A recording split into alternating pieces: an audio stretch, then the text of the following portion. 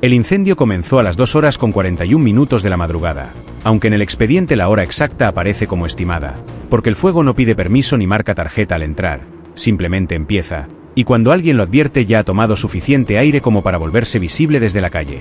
Los primeros en escucharlo no vieron llamas, escucharon un golpe seco, como si algo pesado hubiera caído dentro de la casa, después el estallido del vidrio hacia la vereda, y recién entonces el olor, un olor espeso que avanzó antes que el humo, plástico derretido, madera vieja ardiendo, cables fundiéndose dentro de las paredes.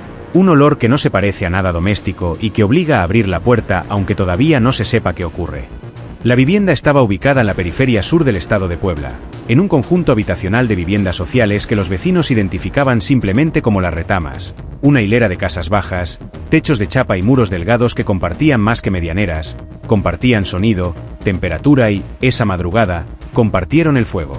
A las 2:45 ingresó la primera llamada al servicio de emergencias. No fue Claudia quien llamó.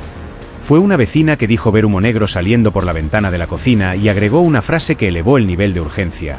Creo que hay un niño adentro. 4 minutos después, la segunda llamada confirmó lo evidente. Llamas visibles desde la esquina. A esa altura, el fuego ya no era una sospecha sino una presencia. La primera unidad de bomberos llegó a las 2:53. Para entonces el interior de la casa estaba completamente tomado por el calor. La chapa del techo crujía con un sonido irregular, como si estuviera a punto de vencerse, y las ventanas expulsaban lenguas naranjas que iluminaban la calle con una luz intermitente, casi hipnótica. Los bomberos forzaron la puerta principal y avanzaron por un pasillo estrecho donde la visibilidad era mínima. El humo se había acumulado a nivel bajo, espeso, negro, y el calor obligaba a retroceder cada pocos segundos para tomar aire. Uno de los agentes, al tantear el suelo con la bota, chocó con algo blando. Pensó que era un mueble volcado. No lo era. Era el cuerpo del niño. Estaba boca abajo, a pocos metros de la puerta de salida, en el pasillo que conectaba las dos habitaciones con la cocina. La posición sugería movimiento, como si hubiera intentado avanzar hacia la calle, como si hubiera estado cerca de lograrlo. Esa imagen quedó grabada en el parte inicial con una frase fría. Menor localizado en pasillo, proximidad a acceso principal. Lo arrastraron hasta la vereda mientras el resto del equipo continuaba combatiendo el fuego. Intentaron maniobras de reanimación durante varios minutos, compresiones torácicas, ventilación asistida, chequeo de pulso. No hubo respuesta. El fallecimiento fue confirmado allí mismo, bajo la luz intermitente de la autobomba y la mirada silenciosa de los vecinos. A pocos metros, sentada contra el cordón de la vereda, estaba Claudia Ríos. Descalza, con pijama, con hollín adherido al rostro y al cabello.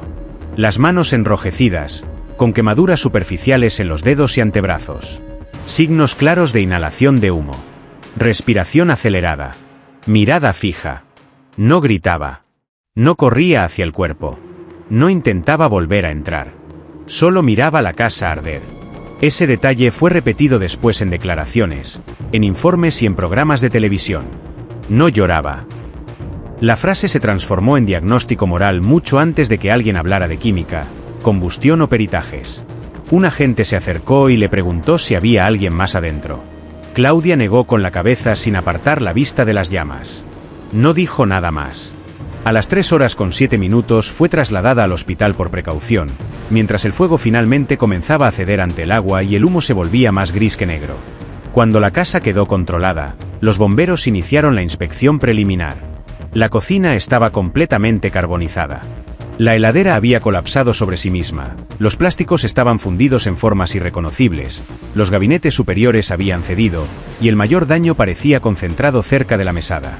Uno de los peritos que ingresó cerca del amanecer anotó algo en su libreta: olor químico persistente. Esa observación, escrita sin dramatismo, iba a cambiar el rumbo de todo. Porque cuando un incendio parece avanzar demasiado rápido, cuando el fuego toma una habitación entera en cuestión de minutos, cuando las llamas parecen haber sido alimentadas con algo más que muebles viejos y cortinas baratas, la palabra que surge casi automáticamente es acelerante. Y cuando esa palabra aparece, el fuego deja de ser accidente. Se convierte en intención. Lo que nadie sabía todavía, mientras la madrugada avanzaba sobre Las Retamas, era que el incendio que duró menos de una hora iba a sostener una condena de más de una década, que el humo no se disiparía con el amanecer, sino que se transformaría en informes, en titulares, en veredictos, y que el mayor daño no sería solo el que el fuego dejó en las paredes, sino el que la interpretación dejaría en una vida. Porque esa noche murió un niño.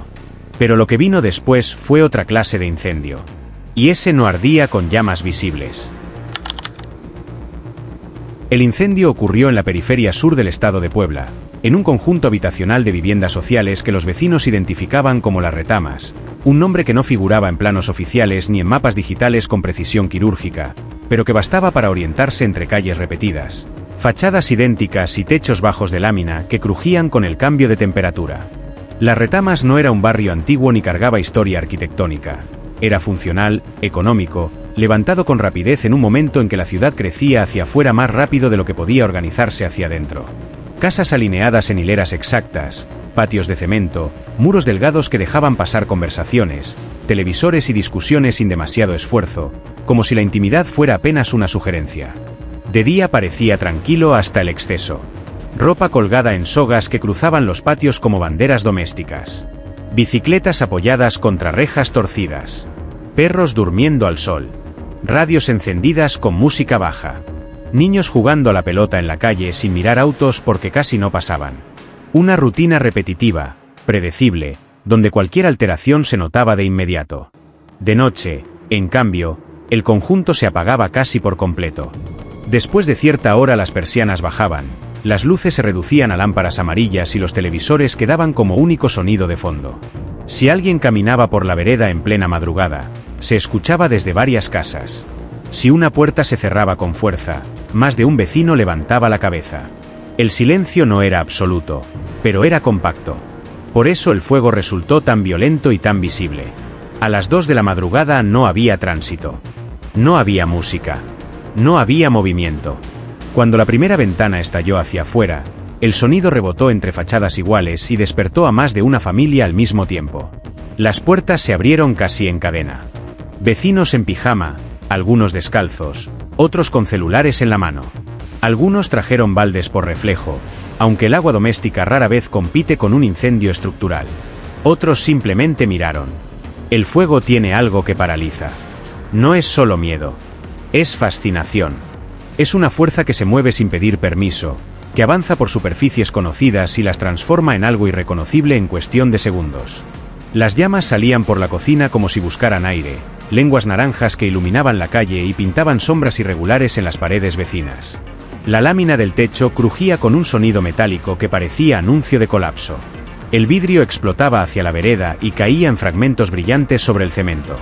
El humo subía espeso, oscuro, con olor a plástico derretido, a cables, a productos domésticos que no deberían arder con esa intensidad. Varios vecinos coincidieron después en una misma frase. Parecía que alguien la hubiera rociado con algo. Esa expresión nació antes que los peritos, antes que los análisis, antes que las muestras recolectadas en bolsas numeradas.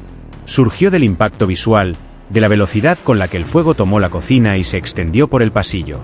En barrios como Las Retamas, donde las casas comparten materiales similares, cuando una arde así de rápido parece distinto, parece deliberado. La casa de Claudia Ríos estaba en la esquina, última de la fila. 2 habitaciones pequeñas, una cocina angosta, un baño mínimo y un pasillo estrecho que conectaba todo.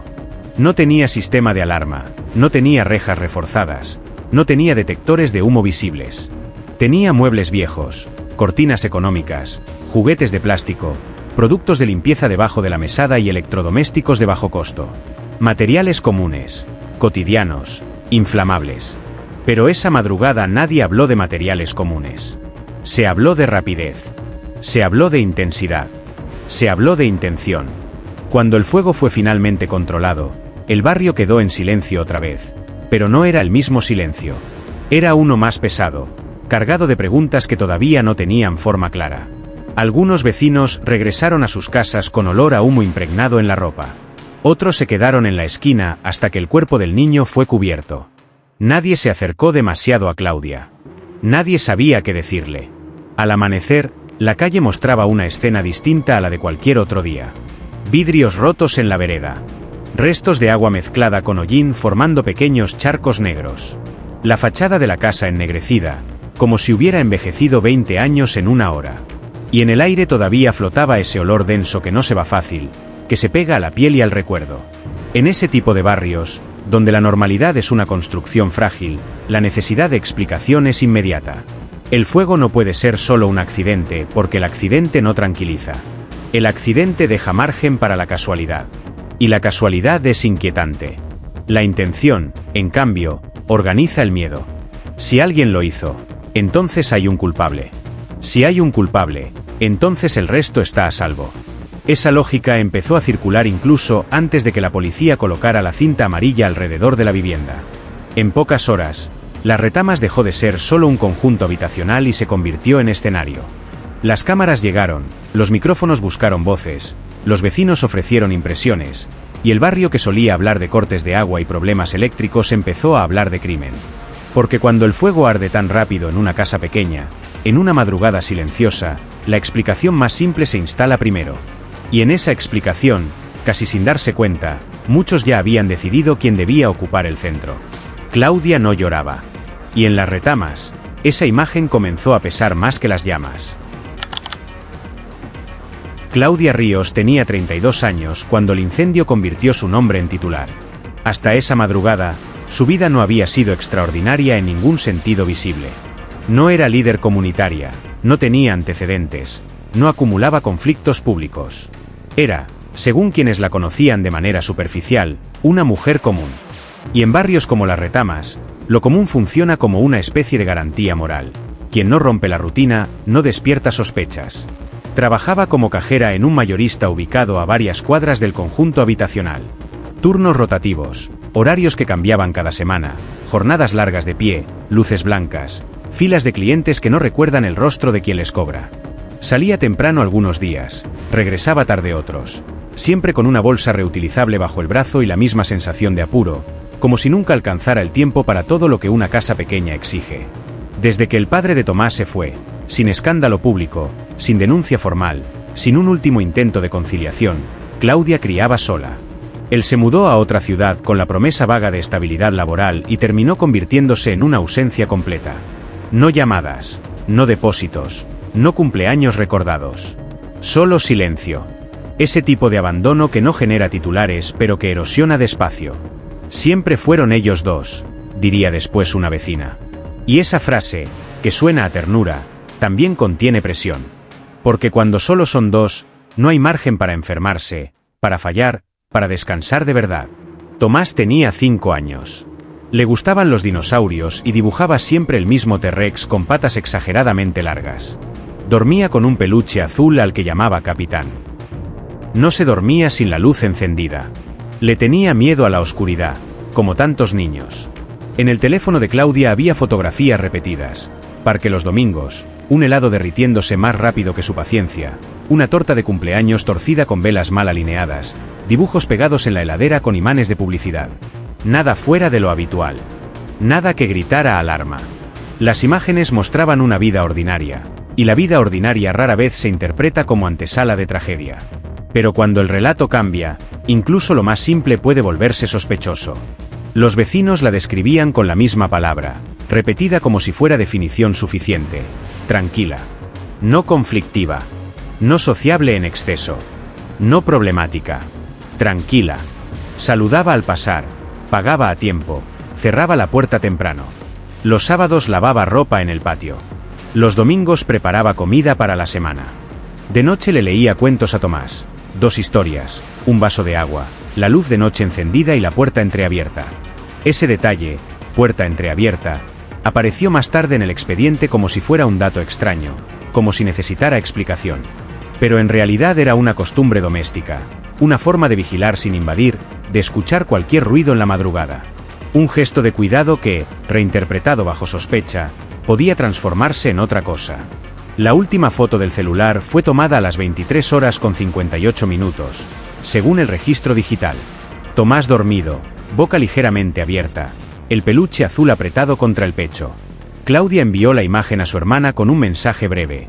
Por fin cayó rendido, acompañado de un emoji de alivio. Una expresión mínima, cotidiana, que en otro contexto habría pasado desapercibida. Pero en un juicio, hasta un emoji puede convertirse en indicio. Antes de acostarse, apagó la televisión, lavó algunos platos, dejó preparado el uniforme del día siguiente, revisó la mochila del niño, cerró la llave del gas, comprobó la puerta principal. Una secuencia rutinaria, repetida cientos de veces sin consecuencias. Las noches comunes rara vez se registran en la memoria porque no ofrecen nada extraordinario. Solo después, cuando una de ellas termina mal, cada gesto parece adquirir un peso distinto. En el expediente no figura ninguna denuncia previa por violencia, ningún reporte escolar que indicara maltrato, ningún llamado policial por disturbios. No había señales visibles de fractura en esa relación madre-hijo. Tampoco había evidencia de una estabilidad idealizada. Había cansancio. Había jornadas largas. Había economía ajustada. Había culpa cotidiana por no estar siempre. Esa culpa, invisible pero persistente, es frecuente en madres solas que sostienen trabajo y crianza con recursos limitados. No es una patología. Es una tensión constante. Pero en un tribunal, la tensión puede traducirse en motivos si alguien decide leerla así. Después del incendio, varios vecinos comenzaron a recordar episodios que en su momento no habían considerado relevantes. Que una vez la escucharon levantar la voz. Que parecía agotada. Que a veces no salía a la calle. Que era reservada. Pequeñas piezas humanas convertidas en mosaico sospechoso. Sin embargo, hasta esa madrugada, Claudia no era una figura central en las retamas. Era una presencia más en la fila de casas iguales. Una mujer que cargaba bolsas del supermercado y apuraba el paso al volver del trabajo. Una madre que encendía la luz de noche porque su hijo tenía miedo. La narrativa que vendría después la convertiría en algo distinto. En símbolo, en ejemplo, en advertencia. Pero antes del humo y de los titulares, era simplemente una mujer común en un conjunto habitacional común, sosteniendo una vida que no aspiraba a nada extraordinario. Y esa normalidad, que al principio parecía escudo, pronto sería reinterpretada como máscara. Porque cuando la hipótesis de intención aparece, todo gesto pasado se reorganiza alrededor de ella. La tranquilidad se vuelve frialdad. El cansancio se vuelve resentimiento. El silencio se vuelve cálculo. Y en ese proceso, la persona real empieza a diluirse detrás de la versión que mejor encaja con el fuego. La reconstrucción oficial de aquella madrugada fue armada con fragmentos, registros de llamadas, tiempos estimados de llegada de bomberos, informes hospitalarios y la propia declaración de Claudia. Ninguno de esos elementos por sí solo explicaba lo ocurrido. Juntos, construían una secuencia que, durante años, sería leída como prueba de intención. A las 23:58, el teléfono de Claudia registró el último movimiento, la fotografía de Tomás dormido enviada a su hermana. Después de eso, silencio digital. No hubo llamadas salientes, no hubo mensajes, no hubo actividad en aplicaciones. A las 0:20, según su declaración, apagó la luz del dormitorio principal. El niño ya dormía en su habitación, con la luz de noche encendida y la puerta entreabierta. A la 1:56, un vecino declaró haber escuchado un ruido leve, algo que interpretó como un mueble moviéndose. No le dio importancia en ese momento. En las retamas, los sonidos se mezclan y se confunden con facilidad. Según Claudia, el primer indicio fue el olor. Dijo que se despertó sobresaltada, no por un estruendo ni por un grito, sino por una sensación extraña en la garganta, una picazón seca, un aire más denso de lo habitual. Miró el reloj del celular. 2:37. Se incorporó pensando que alguien había dejado algo prendido en la cocina. Cuando abrió la puerta del dormitorio, el humo ya estaba en el pasillo. En su declaración explicó que intentó avanzar hacia la habitación de Tomás. El pasillo era estrecho, y el humo se acumulaba a baja altura, espeso, oscuro. El calor no era todavía insoportable, pero era creciente. Dijo que llamó su nombre, que intentó cubrirse la boca con la manga del pijama, que dio un par de pasos y que en cuestión de segundos la visibilidad se volvió casi nula. A las 2:41, según estimación posterior de los bomberos, el fuego ya había alcanzado un punto crítico en la cocina. No fue una combustión lenta ni progresiva. Fue rápida. La temperatura dentro de una habitación puede multiplicarse en minutos cuando los gases calientes se acumulan cerca del techo y encuentran suficiente oxígeno para encenderse casi al mismo tiempo. En esos escenarios, el fuego deja de ser localizado y se convierte en envolvente. Claudia declaró que intentó avanzar hacia el cuarto del niño y que el calor la obligó a retroceder. Que tropezó. Que cayó de rodillas. Que respiró humo. que perdió orientación, que en algún momento se encontró cerca de la puerta principal sin recordar exactamente cómo llegó allí. No describió una escena heroica. No dijo que cruzó llamas. No afirmó que lo sostuvo en brazos. Dijo que no veía, que el calor la empujaba hacia atrás, que el aire quemaba. A las 2:45 ingresó la primera llamada de emergencia hecha por una vecina. Para entonces, el fuego ya salía por la ventana de la cocina. Eso significa que, en cuestión de pocos minutos, el interior había alcanzado temperaturas capaces de hacer estallar vidrio y deformar metal. Los bomberos que ingresaron describieron una propagación violenta. No encontraron focos aislados múltiples. Encontraron una habitación principal completamente comprometida y un pasillo donde el humo había descendido hasta el suelo. El cuerpo del niño fue localizado a pocos metros de la puerta. La posición del menor fue interpretada en un primer momento como intento de escape. Pero esa interpretación también admitía otra posibilidad, que el fuego hubiera avanzado tan rápido que no hubiera tiempo de reacción suficiente. En incendios estructurales domésticos, cuando se produce lo que los manuales actuales describen como combustión súbita generalizada, la transición puede ocurrir en menos de un minuto. El aire caliente se acumula en la parte superior de la habitación, los materiales comienzan a liberar gases inflamables, y cuando la concentración alcanza cierto punto, todo en el ambiente puede encenderse casi simultáneamente. Cortinas, muebles, plásticos, ropa, superficies. No hace falta un líquido añadido. Hace falta temperatura y oxígeno. Pero esa explicación técnica no apareció esa madrugada. Lo que apareció fue una escena impactante, una casa pequeña tomada por llamas intensas en cuestión de minutos, un niño fallecido en el pasillo y una madre viva, sentada en la vereda, sin llorar. A las 3:07 Claudia fue trasladada al hospital. El parte médico consignó quemaduras superficiales en manos y antebrazos, signos de inhalación de humo y estado de shock. No presentaba fracturas ni lesiones graves. No había evidencia de que hubiera saltado por una ventana ni de que hubiera sido arrastrada por terceros. Era, físicamente, la única adulta en condiciones de moverse por la casa cuando el fuego comenzó. Ese dato empezó a pesar. Mientras tanto, en la vivienda ya controlada, los peritos iniciaron la inspección preliminar. La cocina concentraba el mayor daño. Electrodomésticos deformados, gabinetes colapsados, piso cubierto de residuos oscuros y aceitosos. Uno de los peritos escribió en su libreta una observación breve. Olor químico persistente, similar a solvente. Esa anotación, hecha todavía en el contexto de una inspección de rutina, iba a convertirse en eje central del caso. Porque cuando un incendio parece demasiado rápido, demasiado intenso, demasiado envolvente, la explicación que surge primero no es técnica. Es moral. Y a partir de ese momento, la madrugada dejó de ser reconstrucción de hechos para transformarse en reconstrucción de intenciones. Las primeras horas después de un incendio suelen estar dominadas por procedimientos técnicos: delimitación del área, recolección de muestras, registro fotográfico, entrevistas preliminares. Pero en la práctica, también están dominadas por hipótesis. Y una vez que una hipótesis se instala, todo comienza a ordenarse alrededor de ella. En la cocina de la vivienda de las Retamas, el daño era severo y concentrado. El mayor nivel de carbonización estaba cerca de la mesada y del área donde se almacenaban productos domésticos. El piso presentaba manchas oscuras, brillantes en algunos sectores, con una textura que uno de los peritos describió como aceitosa. El olor, según consignaron, era químico.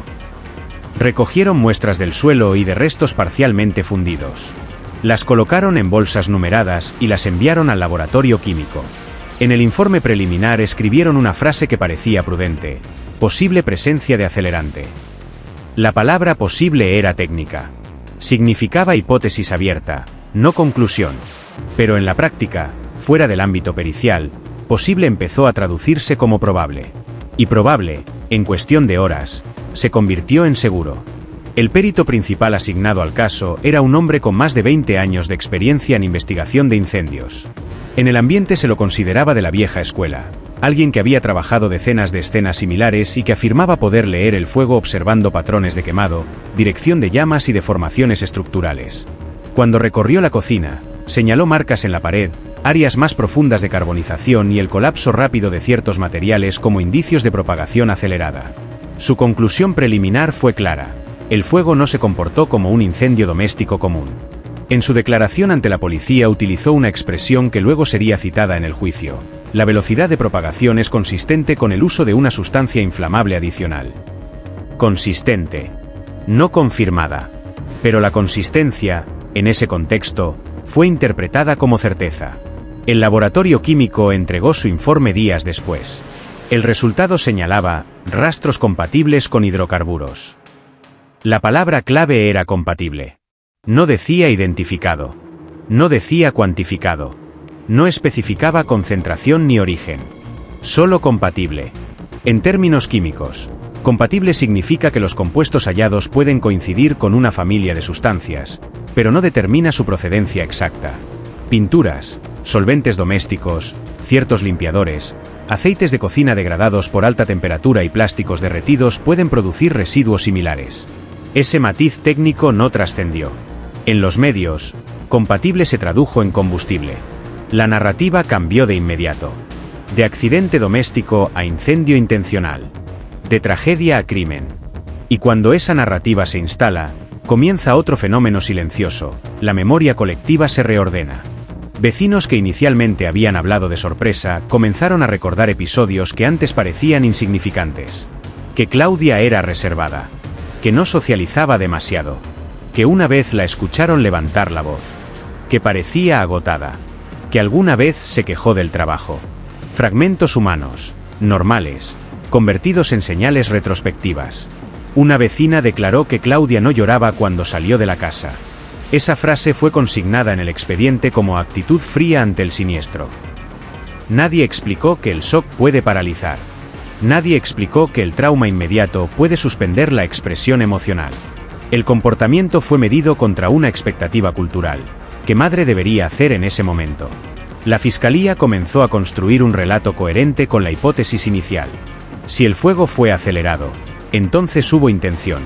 Si hubo intención, debía existir un motivo. Y los motivos se buscaron en el cansancio, en la precariedad económica, en la soledad, en cualquier grieta que pudiera ampliarse hasta convertirse en causa. La defensa solicitó acceso completo a los métodos utilizados en el análisis químico. La respuesta fue escueta. Se aplicaron protocolos estándar. No se adjuntaron curvas de concentración detalladas. No se incluyeron márgenes de error explícitos. No se distinguió entre residuos potencialmente generados por combustión natural de materiales domésticos y aquellos que podrían provenir de un acelerante externo. En el expediente tampoco quedó asentado que, en ámbitos académicos internacionales, los métodos tradicionales de interpretación de patrones de incendio ya estaban siendo cuestionados. Que estudios recientes habían demostrado que fenómenos de combustión súbita podían imitar con precisión visual los efectos de un acelerante. Que el plástico derretido podía producir residuos químicos similares a ciertos hidrocarburos. Nada de eso fue considerado en ese momento. Porque ya había una sospechosa. Y cuando existe una sospechosa clara, la investigación tiende a confirmar, no a explorar. El cambio de tono fue visible. En menos de 24 horas Claudia dejó de ser tratada como víctima sobreviviente de un incendio y comenzó a ser interrogada como posible autora. Las preguntas ya no apuntaban a reconstruir el inicio del fuego, sino a indagar estados emocionales. Si estaba cansada, si discutía con el niño, si se sentía sobrepasada, si alguna vez había pensado en terminar con todo. Las grietas no estaban en la evidencia. Estaban en la interpretación. Y esa diferencia, sutil pero decisiva, iba a sostener durante años una condena que parecía sólida, pero que en realidad estaba construida sobre una palabra ambigua y una confianza excesiva en métodos que ya empezaban a quedar atrás. Mientras el barrio repetía la imagen de Claudia sentada en la vereda sin llorar, la ciencia, la verdadera ciencia, la que mide y contrasta, todavía no había entrado del todo en escena. Y cuando finalmente lo hiciera, ya sería demasiado tarde. El juicio comenzó 11 meses después del incendio, en una sala que no tenía nada de extraordinario. Paredes claras, aire acondicionado demasiado frío, un estrado elevado y una bandera detrás del juez. Pero para entonces el caso ya no era solo un expediente. Era una historia instalada. Durante meses, la televisión había repetido la misma imagen, la casa ardiendo y Claudia sentada en la vereda, inmóvil. Ese fotograma congelado había sido ampliado, ralentizado, narrado con palabras cargadas. Frialdad absoluta. Comportamiento extraño. Ni una lágrima. Nadie hablaba de shock. Nadie hablaba de trauma. La palabra elegida era otra. indiferencia. Cuando el jurado ocupó sus asientos, esa imagen ya estaba grabada en su memoria. No como evidencia técnica, sino como intuición emocional. La fiscalía estructuró el caso con una lógica sencilla y poderosa. El incendio fue intencional, la única adulta presente era la madre sobrevivió, el hijo no. A partir de ahí, todo lo demás funcionaba como refuerzo. El primer testigo clave fue el perito veterano. Explicó con seguridad cómo había interpretado los patrones de quemado. Señaló fotografías ampliadas donde se veían áreas de mayor carbonización. Describió la rapidez de propagación. Utilizó términos técnicos, pero evitó cifras específicas. Habló de experiencia acumulada, de cientos de escenas similares, de intuición profesional. Dijo que el fuego no se comportó como un incendio doméstico común. Nadie le pidió que definiera con precisión qué significaba común. Nadie solicitó estudios comparativos. Nadie preguntó por márgenes de error. La palabra experiencia fue suficiente. Después se presentó el informe químico. La perito del laboratorio leyó la frase central: restos compatibles con hidrocarburos. La defensa intentó introducir una aclaración. Preguntó si compatible equivalía a identificado. La respuesta fue técnica, no necesariamente. Preguntó si productos domésticos podían generar residuos similares. La respuesta fue matizada. En algunos casos, sí. Pero la palabra que quedó flotando en la sala no fue compatible. Fue combustible. Y combustible, en la imaginación del jurado, no suena a detergente ni a aceite de cocina degradado. Suena a intención. La fiscalía no necesitó presentar una botella ni una compra reciente de gasolina. Le bastó con la idea de que algo adicional alimentó el fuego. En su alegato, habló de una madre agotada, superada por la presión económica y emocional, que tomó una decisión irreversible en un momento de desesperación. Las preguntas no buscaban reconstruir la química del incendio. Buscaban construir un estado mental. ¿Qué madre no corre hacia su hijo? ¿Qué madre no grita? ¿Qué madre no intenta volver a entrar aunque se queme?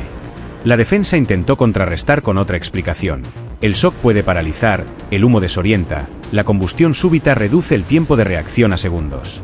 Intentó introducir estudios recientes sobre comportamiento del fuego en espacios cerrados. Solicitó un peritaje independiente. El tribunal rechazó la mayoría de esos pedidos con una frase administrativa.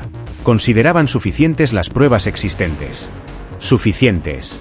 Esa palabra selló el alcance del debate científico. Luego declararon los vecinos. La panadera habló de que Claudia era callada. El hombre del kiosco dijo que parecía cansada. Una vecina recordó haberla escuchado alzar la voz alguna vez. Ninguno aportó hechos concretos relacionados con el incendio. Aportaron impresiones, sensaciones, percepciones. Pero en un juicio, las impresiones pueden llenar los espacios que la ciencia deja ambiguos. El momento más impactante llegó cuando la fiscalía proyectó el vídeo de la madrugada. La imagen de Claudia sentada en la vereda fue ampliada en la pantalla. El fiscal pausó el fotograma y dijo, en voz baja pero firme, que su hijo estaba dentro en ese momento. La sala quedó en silencio. No se explicó que el shock puede suspender la respuesta motora. No se explicó que algunas personas reaccionan con hiperactividad y otras con inmovilidad extrema. La imagen habló sola, o al menos eso parecía. Cuando Claudia declaró, su voz fue casi inaudible. Repitió lo que había dicho desde el primer día, que se despertó con humo, que intentó avanzar por el pasillo, que el calor la obligó a retroceder, que no veía, que gritó el nombre de su hijo, que no recuerda cómo llegó a la puerta. No fue una declaración épica. No fue cinematográfica. No fue la madre heroica que atraviesa llamas para salvar a su hijo. Fue una versión fragmentada, marcada por la desorientación. Y eso jugó en su contra. La fiscalía insistió en que la rapidez del fuego solo podía explicarse por una sustancia añadida. La defensa respondió que compatible no es confirmado. Que los métodos de interpretación de patrones estaban siendo cuestionados en otros países. Que no había mediciones cuantitativas concluyentes. El juez instruyó al jurado a evaluar la totalidad de las pruebas. Pero la totalidad de las pruebas ya estaba filtrada por una narrativa previa. El jurado deliberó durante poco más de 3 horas. Menos que una jornada laboral. Menos que el tiempo que tomó la propagación completa del incendio. Cuando regresaron, el veredicto fue unánime. Culpable. Homicidio agravado por incendio intencional. La sentencia fue leída con formalidad, sin dramatismo. Décadas de prisión. Una cifra exacta en papel que se traducía en años irrecuperables. En la sala no hubo escándalo. No hubo gritos. Solo el llanto contenido de una mujer en la última fila. Claudia miró al juez como si esperara una aclaración. Como si en cualquier momento alguien fuera a decir que había un error. Nadie lo dijo. La historia parecía cerrada. El fuego había durado menos de una hora. La condena estaba programada para durar más de una década. Y lo más inquietante era que, en ese momento, casi nadie dudaba de que la justicia había hecho lo correcto. La trasladaron esa misma noche a una unidad penitenciaria femenina ubicada a varias horas del área metropolitana. El traslado fue discreto, sin cámaras, sin declaraciones públicas. Para los medios, la historia ya estaba resuelta. La madre asesina había sido condenada. No había interés en el trayecto, solo en el veredicto. Ingresó con una bolsa de plástico transparente que contenía lo mínimo permitido: un par de prendas, artículos de higiene básicos, fotografías dobladas varias veces. Le retiraron los cordones de las zapatillas, los aros pequeños que llevaba desde hacía años, el teléfono que ya no tenía a quien llamar. Le asignaron un número. No su nombre. Un número. Las primeras noches no durmió. Cada vez que cerraba los ojos volvía el humo, el pasillo angosto, la sensación de calor en el rostro, la puerta que no encontraba. Se despertaba con la garganta seca y la impresión persistente de que el aire no alcanzaba. El cuerpo repetía la escena como si el incendio no hubiera terminado nunca. En prisión, las historias circulan rápido. Las internas sabían quién era antes de que ella intentara presentarse. La televisión había repetido el caso durante semanas. Y en los códigos invisibles del encierro, los delitos contra niños ocupan el lugar más bajo. Al principio nadie le hablaba. En el comedor, las mesas se organizaban solas.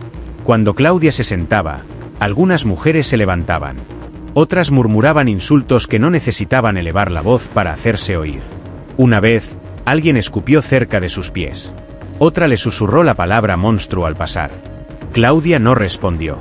No discutió. No intentó defender su versión.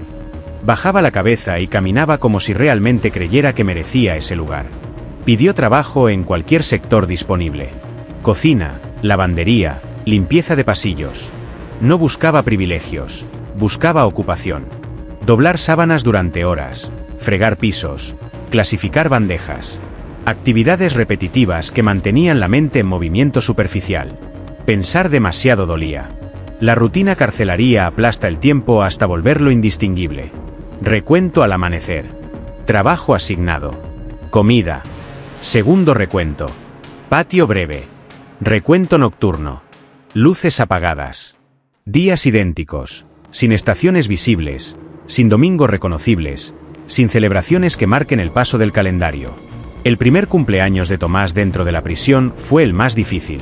La fecha llegó sin aviso oficial, pero su cuerpo la recordó. Se encerró en un baño y lloró por primera vez desde el incendio. Lloró sin ruido, con la frente apoyada contra el azulejo frío. Después dejó de contar los años. Contarlos implicaba aceptar el tiempo perdido. Recibía visitas esporádicas. Su madre al principio, con mate frío en un termo pequeño y galletitas envueltas en servilletas. Su hermana algunas veces. Conversaciones cortas, vigiladas. Siempre la misma pregunta. ¿Estás bien? Siempre la misma respuesta automática. Sí. Decir que no hubiera sido abrir una herida que nadie podía curar. Con el paso de los años, el caso dejó de aparecer en medios. Nuevos crímenes ocuparon titulares. El incendio de las retamas se convirtió en un recuerdo local. Pero dentro de la prisión, el rótulo no desaparecía. Algunas internas suavizaron el trato con el tiempo. Otras nunca lo hicieron. Cada noche, antes de dormir, Claudia intentaba reconstruir la imagen de su hijo como era antes del humo. Tenía miedo de algo más devastador que la condena, olvidar su rostro exacto. Que la memoria también ardiera. Se preguntaba si había hecho algo mal. Si corrió demasiado lento. Si pudo haber avanzado un paso más. Si gritó lo suficiente. Si otra madre hubiera logrado atravesar el pasillo. Esa culpa invisible era más persistente que cualquier sentencia judicial. La condena escrita en el papel parecía interminable. Cuando hizo la cuenta por primera vez, comprendió que, si cumplía la totalidad de la pena, saldría con el cabello completamente canoso, sin hijo, sin casa, sin barrio al que regresar. Castigada no solo por el incendio, sino por haber sobrevivido. La prisión no solo le quitó años, le quitó mapa. Mientras tanto, el expediente descansaba en un archivo físico y digital, cerrado, concluido, caso resuelto. Podría haber quedado así para siempre. Pero no fue un periodista quien volvió a abrirlo. No fue una organización de derechos humanos. No fue un abogado mediático. Fue algo más pequeño y, en apariencia, inofensivo, una tarea universitaria, y esa tarea iba a encender otra clase de fuego, uno que no quemaba paredes, quemaba certezas. Más de una década después del incendio, el expediente de Claudia Ríos dejó de ser un caso mediático y pasó a ser material académico. En una facultad pública del centro del país, dentro de una materia reciente sobre ciencia del fuego y fallas forenses, el profesor había decidido trabajar con casos cerrados. El objetivo no era cuestionar veredictos, sino analizar metodología. Estudiar cómo se investigan incendios y, sobre todo, cómo se pueden malinterpretar. El expediente C4123 fue asignado a un grupo de estudiantes como ejercicio técnico. Para la universidad era un caso terminado. Para el sistema judicial también. Nadie esperaba encontrar nada nuevo. Uno de los alumnos, particularmente meticuloso, comenzó a revisar el peritaje original con un detalle que el proceso judicial no había tenido. Leyó cada línea, comparó fechas, revisó fotografías ampliadas. Algo no terminaba de encajar. El informe central, el que había sostenido la hipótesis de incendio intencional, era sorprendentemente breve. Varias páginas describían observaciones visuales, patrones de quemado, áreas de mayor carbonización, deformación de materiales. El lenguaje era seguro, casi categórico, pero carecía de mediciones cuantificadas. No había curvas térmicas estimadas.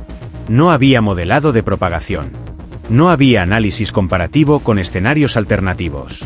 La frase clave volvía a aparecer: restos compatibles con hidrocarburos. El estudiante llevó sus dudas a clase. Preguntó si los patrones descritos podían explicarse sin acelerantes. El profesor pidió revisar las fotografías proyectadas en pantalla grande. Observó el colapso de la cocina, el derretimiento de plásticos, la carbonización generalizada. Luego hizo una pregunta simple: ¿en qué año se hizo este peritaje? La respuesta fue reveladora. Para entonces, los manuales internacionales de investigación de incendios ya habían sido actualizados. Estudios recientes habían demostrado que ciertos patrones tradicionalmente asociados a acelerantes podían generarse en incendios domésticos comunes cuando se producía un fenómeno específico, el flashover. El flashover, combustión súbita generalizada, ocurre cuando una habitación cerrada acumula gases calientes liberados por muebles, cortinas y objetos al alcanzar altas temperaturas. Cuando la concentración y el oxígeno son suficientes, esos gases pueden encenderse casi simultáneamente, provocando una transición abrupta de un fuego localizado a un incendio envolvente. La temperatura se dispara. Los materiales se consumen en cuestión de segundos. Los patrones resultantes pueden parecer los de un incendio rociado. A simple vista, la diferencia es casi imperceptible. El profesor solicitó el detalle técnico del análisis químico. La lista de posibles fuentes de los residuos detectados incluía pintura, solventes domésticos, aceites de cocina degradados, plásticos derretidos y productos de limpieza almacenados bajo la mesada. Todos elementos comunes en cualquier cocina de vivienda social. El informe original no cuantificaba concentraciones. No distinguía entre presencia residual y saturación típica de un acelerante añadido. Solo afirmaba compatibilidad. Compatible no es identificado. Compatible no es probado. Compatible no es intencional. El grupo decidió hacer algo más que discutir teoría. Replicaron el escenario en un laboratorio controlado. Utilizaron una habitación simulada con muebles viejos, cortinas económicas y productos domésticos comunes. No añadieron gasolina. No utilizaron ningún acelerante externo. Cuando alcanzaron temperaturas críticas y permitieron la acumulación de gases, la combustión se volvió súbita. La habitación se encendió casi al mismo tiempo. El patrón de daño fue sorprendentemente similar al registrado en las retamas. El derretimiento de plásticos generó residuos químicos compatibles con hidrocarburos. El piso mostró manchas oscuras y brillantes. Las marcas en paredes imitaban las descritas como indicativas de acelerante. La diferencia no estaba en el resultado visual, estaba en el proceso físico, y ese proceso no había sido considerado en el juicio de Claudia. El profesor observó las comparativas y dijo una frase que quedó suspendida en el aula. Esto jamás debió llegar a condena. Lo que hasta entonces era una duda académica se transformó en una inquietud ética. Si el fenómeno podía replicarse sin acelerante, entonces la base científica del veredicto quedaba debilitada. Si la base científica era débil, el resto del edificio judicial comenzaba a tambalear. Esa noche, el profesor redactó un correo dirigido a la Fiscalía de Revisión. Adjuntó tablas comparativas, fotografías de laboratorio, referencias actualizadas de manuales internacionales y un análisis detallado de la metodología empleada en el caso C4123. El mensaje terminaba con una frase directa y desprovista de dramatismo. La hipótesis de incendio intencional carece de sustento científico actual. El correo pudo haber quedado sin respuesta, como tantos otros, pero fue abierto. La fiscal asignada al área de revisión estaba acostumbrada a recibir reclamos exagerados y teorías conspirativas. Sin embargo, lo que tenía delante era distinto. No era emocional. No apelaba a compasión. Presentaba datos reproducibles. Solicitó el expediente completo. Lo leyó en silencio, subrayando palabras que se repetían: probable, consistente, compatible, experiencia del perito. Observó la ausencia de cuantificaciones. Notó que el manual citado por los peritos era anterior a actualizaciones internacionales disponibles incluso al momento del juicio. Ese detalle la incomodó más que cualquier otra cosa. No se trataba de un descubrimiento posterior imposible de prever. Se trataba de información que ya existía y que no fue incorporada. La fiscal ordenó un contraperitaje oficial con especialistas independientes, ajenos al caso original. Repitieron análisis químicos con técnicas actualizadas. Modelaron escenarios de propagación térmica. Evaluaron la posibilidad de combustión súbita generalizada sin acelerantes. El resultado fue consistente. Los patrones observados eran compatibles con flashover, no había evidencia concluyente de acelerante externo, la metodología original presentaba deficiencias significativas, la hipótesis de incendio intencional no estaba respaldada por ciencia robusta, el informe final utilizó una palabra precisa: carecía. Carecía de sustento científico, no discutible, no debatible, carecía. Eso significaba que la condena estaba construida sobre una interpretación errónea. Y esa interpretación había privado de libertad a una mujer durante más de una década. La fiscal firmó el pedido de nulidad. No hubo conferencia de prensa. No hubo declaración pública inmediata. Solo una llamada formal al juez competente y una frase directa: la base pericial del caso es inválida. En la prisión, cuando llamaron a Claudia a dirección, pensó que era rutina administrativa. Caminó sin apuro, con la misma ropa gastada, el mismo número asignado. En la oficina la esperaban una funcionaria judicial y una carpeta. Le explicaron que su condena había sido anulada, que los peritajes estaban equivocados, que no había pruebas científicas que sostuvieran que el incendio fue intencional. La palabra tardó en asentarse. Inocente, no gritó, no lloró, no hizo una escena. Preguntó algo simple, casi práctico: ¿entonces, me voy? Le devolvieron su ropa vieja y le quedó grande. No porque hubiera adelgazado únicamente, sino porque los años alteran el cuerpo de formas que la tela no anticipa. Firmó papeles sin leerlos con detenimiento. Recuperó su documento, un plástico que decía quién era legalmente, pero que no podía devolverle el tiempo. Le entregaron una bolsa con sus pertenencias acumuladas durante más de una década: fotografías dobladas, un cepillo, algunas cartas, objetos mínimos. Toda su vida reducida a lo que cabe en un paquete liviano. Cruzó el portón sola, no había cámaras, no había periodistas, no había disculpas oficiales. El mundo exterior parecía demasiado brillante, demasiado ruidoso. El aire libre mareaba.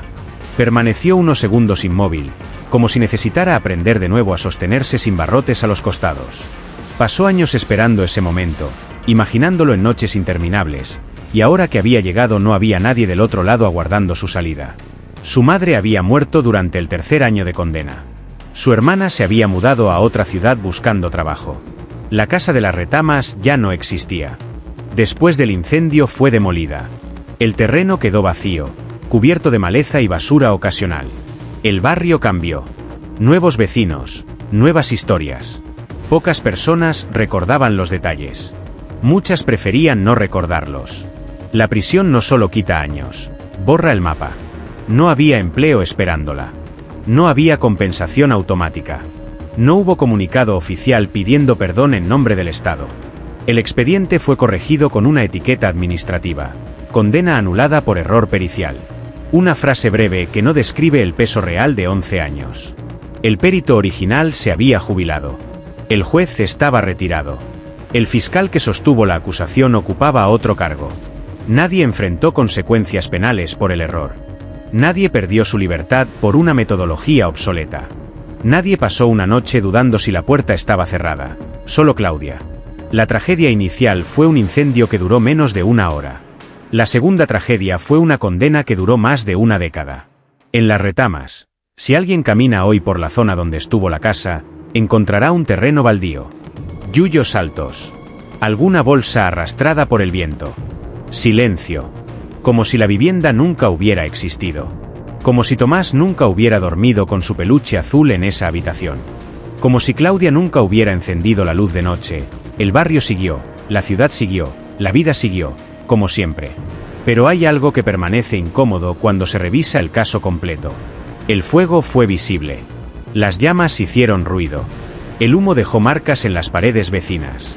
Fue un evento claro, físico, innegable. El error no, el error se redactó, se firmó, se archivó. No hizo estruendo. No produjo olor. No dejó cenizas en la vereda. Se sostuvo en palabras técnicas mal interpretadas y en la confianza excesiva en experiencia sin contraste científico. Durante años, nadie revisó esa palabra ambigua, compatible, con la profundidad que merecía. Nadie cuestionó si los métodos aplicados estaban actualizados. Nadie pidió modelados alternativos. El sistema asumió que lo suficiente era suficiente. Y cuando la justicia se apoya en lo suficiente en lugar de en lo sólido, el margen de error no es teórico, es humano. Claudia perdió más de una década. Perdió a su madre sin despedida libre. Perdió su casa, su trabajo, su rutina. Perdió la posibilidad de reconstruir su vida en el momento en que todavía era joven. Salió con el cabello más gris, con el cuerpo más pequeño y con una memoria que todavía despierta a las 2 de la madrugada. No fue absuelta en un aplauso público, fue liberada en silencio. Hoy, cuando se habla del caso en ámbitos académicos, se lo menciona como ejemplo de cómo los métodos tradicionales de interpretación de incendios pueden inducir a error si no se actualizan con evidencia científica robusta. Se cita en clases. Se analiza en congresos. Se utiliza como advertencia. Pero para Claudia, no es advertencia, es biografía. A veces creemos que el peligro viene de afuera. Criminales, incendios provocados, actos deliberados. Y sin duda existen. Pero los errores más devastadores no siempre arden ni hacen ruido. Se construyen con buena fe mal informada. Se apoyan en prácticas que alguna vez fueron aceptadas y que dejaron de serlo sin que todos lo notaran, se escriben en informes, se validan en tribunales, se convierten en sentencias. Mientras nadie revise esos papeles con la misma intensidad con la que se mira una llama, mientras la experiencia pese más que la actualización científica, mientras la palabra compatible se lea como certeza, cualquier persona puede convertirse en culpable. Incluso alguien que tuvo una sola mala suerte, sobrevivir al fuego.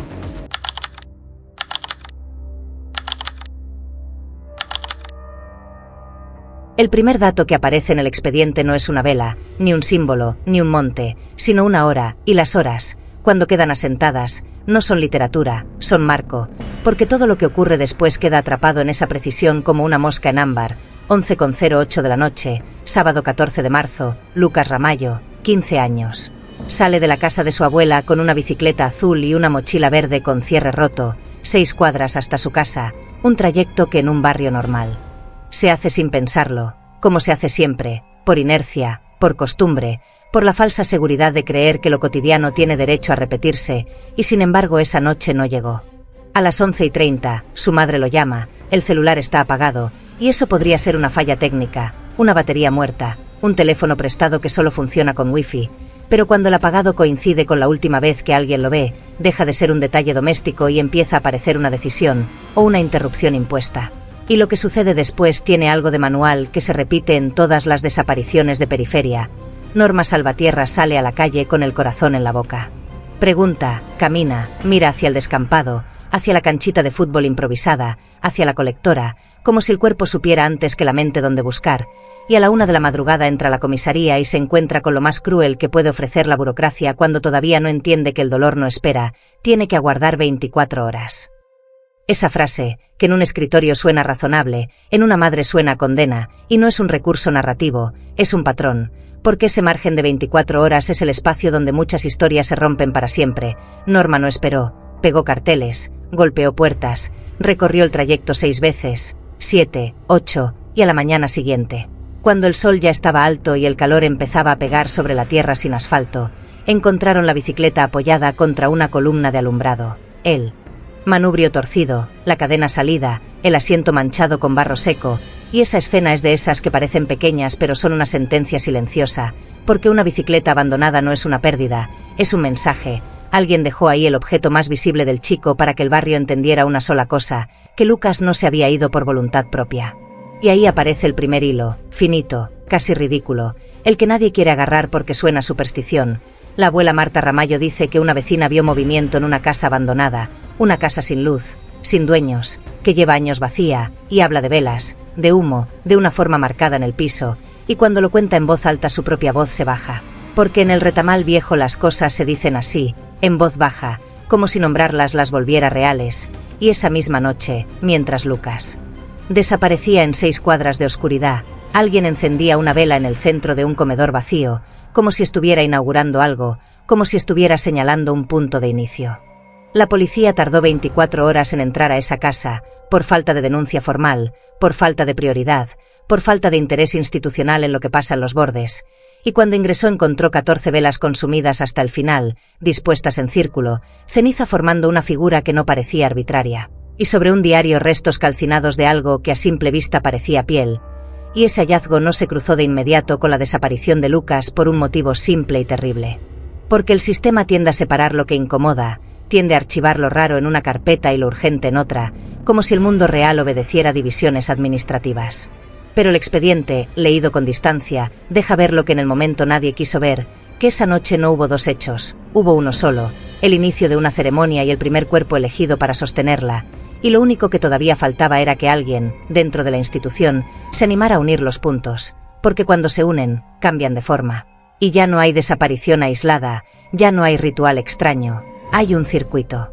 Y en ese circuito, el nombre que aparece por primera vez en la foja 32, casi perdido entre sellos, es el de un cabo primero destinado al destacamento de los Algarrobos, Ezequiel Pérez, el policía que, semanas más tarde, iba a entrar al monte y no iba a salir de la misma manera. El Retamal Viejo, un paraje rural en el interior de la provincia de Córdoba, Argentina, no es un barrio, es un borde, un pliegue geográfico donde la ciudad deja de hacerse responsable de sí misma.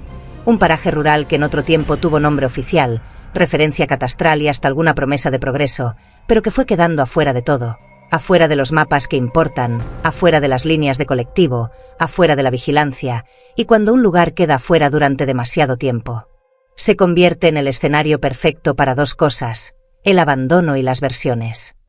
De día parece tierra y chapa, autos que levantan nubes de polvo, zanjas abiertas, postes torcidos, alambrados improvisados, y una calma áspera, sin plazas ni centros culturales, con una capilla evangélica montada en una casa prefabricada y un merendero que abre 3 veces por semana, y de noche es otra cosa, una oscuridad real, no la oscuridad romántica de la ruta, sino la oscuridad práctica de donde no hay luz y por eso nadie ve, y donde no hay cámaras y por eso nada queda grabado, y donde no hay señal y por eso nadie puede pedir ayuda sin moverse, y moverse, ahí, es exponerse. La casa de las velas está en un pasaje de tierra sin salida, rodeada de maleza alta, latas oxidadas, restos de muebles quemados y botellas rotas, una casa que muchos vecinos ni siquiera sabían que existía, y esa ignorancia no es casual, es funcional, porque lo que no se mira no se pregunta, y lo que no se pregunta no exige respuesta, y así, con esa lógica simple, una estructura abandonada puede convertirse en templo improvisado sin que nadie se sienta responsable de impedirlo. En ese vacío crecen los relatos, grupos que se juntan de noche, cantos lejanos, cuerpos pintados, figuras tapadas con mantas, mochileros, gente rara, y el expediente está lleno de testimonios así, frases que los vecinos sueltan como quien se saca una espina pero sin querer mirarla. Todos escucharon algo, una vez vi luces, no parecían linternas. No era una fogata común, y cuando todos escuchan lo mismo, empieza a parecer verdad aunque nadie tenga prueba, porque en los bordes la verdad no se construye con cámaras, se construye con repetición.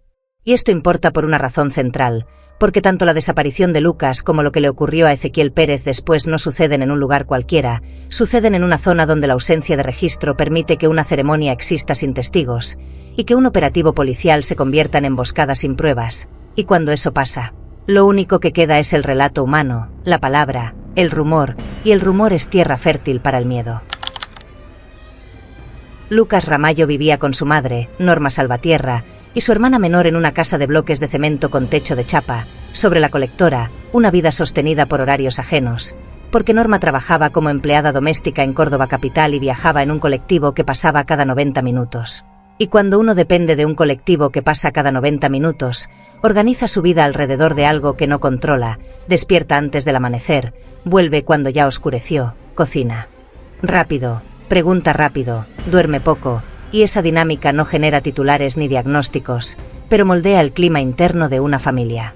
El padre no estaba, se había ido cuando Lucas tenía 4 años, sin denuncias espectaculares, sin expedientes de violencia, solo ausencia, esa forma de abandono que no deja marcas visibles pero cambia el clima interno de una casa para siempre, porque cuando falta una figura no solo falta un ingreso o una voz, falta una referencia diaria.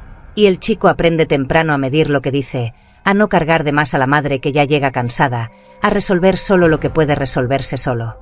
Lucas era el tipo de adolescente que no hace ruido, callado, reservado, sin antecedentes, sin comisaría, sin redes sociales activas, un celular prestado que apenas servía con wifi, más herramienta que ventana al mundo, taller de electricidad en la escuela técnica, un sueño simple repetido en voz baja, arreglar cosas, cobrar por eso, ayudar a mi mamá.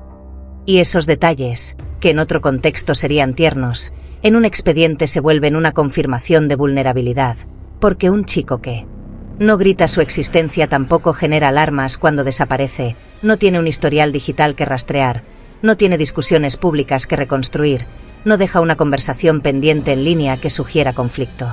En la casa, según los testimonios, Lucas era metódico, acomodaba herramientas en una caja de plástico azul, desarmaba radios viejas para entender cómo funcionaban, se quedaba mirando cables como si intentara traducir un idioma secreto, y esa inclinación por lo técnico no lo hacía popular ni problemático, simplemente lo volvía invisible para el radar social. Un chico correcto, presente, sin sobresaltos, y la invisibilidad social es una de las formas más peligrosas de fragilidad, porque cuando alguien así desaparece, no hay ruido previo que justifique urgencia.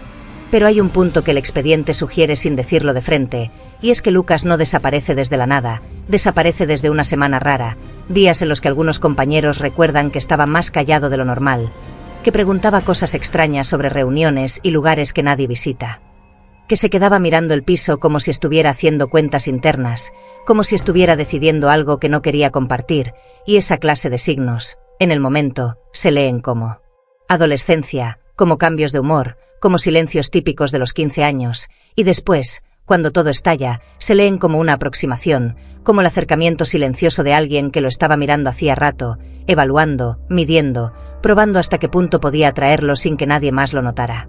La abuela Marta, que aparece en varias fojas como testigo insistente, es la primera que menciona la casa abandonada, y lo hace con una convicción que irrita a los investigadores al principio porque suena a superstición, pero también con una lucidez que el tiempo terminaría volviendo inevitable.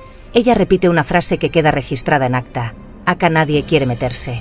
Y esa frase no es metáfora, es descripción social, porque cuando una comunidad no quiere meterse, lo que está diciendo, sin decirlo, es que sabe que hay algo y que le conviene no tocarlo, que hay dinámicas que se toleran siempre que no se vuelvan demasiado visibles. Y en medio de esa familia sin poder real aparece la institución, la comisaría que no toma la denuncia en el primer momento, el destacamento que tarda, la burocracia que exige horas como si la vida obedeciera relojes, y ahí es donde el destino de Lucas se cruza por primera vez con el de Ezequiel Pérez, porque cuando finalmente la denuncia entra, quien la carátula y la eleva es él, un cabo primero que venía de operativos menores, incendios, peleas, controles de ruta, y que esa vez se queda con una impresión que después contaría en voz baja: esto no es fuga, porque una fuga deja rastro, mensajes, movimientos, discusiones, y Lucas no dejó nada, dejó una bicicleta como un punto final demasiado prolijo para ser voluntario. La casa vacía estaba deshabitada desde hacía casi una década, puerta trasera vencida, antena caída sobre el techo, cerco oxidado que apenas se sostenía, ventanas sin vidrio cubiertas con tablas mal clavadas. Y sin embargo esa madrugada alguien encendió una vela en el centro del comedor, y ese gesto no es un capricho, es un acto de orden. El tipo de acto que inaugura, que delimita, que marca territorio, porque para encender una vela en un lugar así primero hay que entrar sabiendo dónde pisar. Hay que conocer el espacio, haberlo recorrido antes, haberlo elegido. Cuando la policía ingresó 24 horas después encontró 14 velas consumidas hasta el final, dispuestas en círculo con una separación casi regular, ceniza formando una figura geométrica que no parecía improvisada, y en el centro una hoja de diario con restos calcinados de algo que parecía piel. Y lo verdaderamente inquietante de esa escena no era el símbolo en sí, era la calma que exigía su construcción, porque para hacer eso alguien tuvo que entrar sin apuro, disponer las velas con intención, encenderlas una por una, quedarse el tiempo suficiente para que se consumieran casi por completo, vigilar que el fuego no se descontrolara, y luego salir sin dejar huellas evidentes. Y eso en un lugar donde todos dicen no ver nada solo puede ocurrir de dos maneras, o nadie mira, o alguien mira y decide callarse. El informe de criminalística detalla ausencia de huellas claras, piso de tierra removido en varios sectores, indicios de pisadas superpuestas que no permiten identificar cantidad exacta de personas, y esa superposición no siempre es azar, a veces es método, caminar sobre las huellas previas para borrar trayectorias. Una práctica simple pero eficaz cuando se actúa en terreno blando, y ese detalle técnico, que no ocupó titulares, sugiere preparación más que improvisación. Esa misma noche, a 8 kilómetros, Lucas desaparece, y el expediente muestra algo que en su momento no se cruzó con fuerza. El trayecto donde se pierde tiene un tramo de descampado y canchita de fútbol que conecta, por un lateral de tierra poco transitado, con el pasaje donde está la casa abandonada, un corredor oscuro, sin cámaras, sin viviendas enfrentadas, donde cualquiera puede interceptar a un adolescente sin que el barrio lo registre, y cuando el perito de criminalística hace el relevamiento, anota algo que después sería clave: zona de tránsito sin iluminación pública continua. Una frase técnica que en la práctica significa lo siguiente: ahí cualquiera puede actuar sin ser visto y sin que una cámara fije el momento.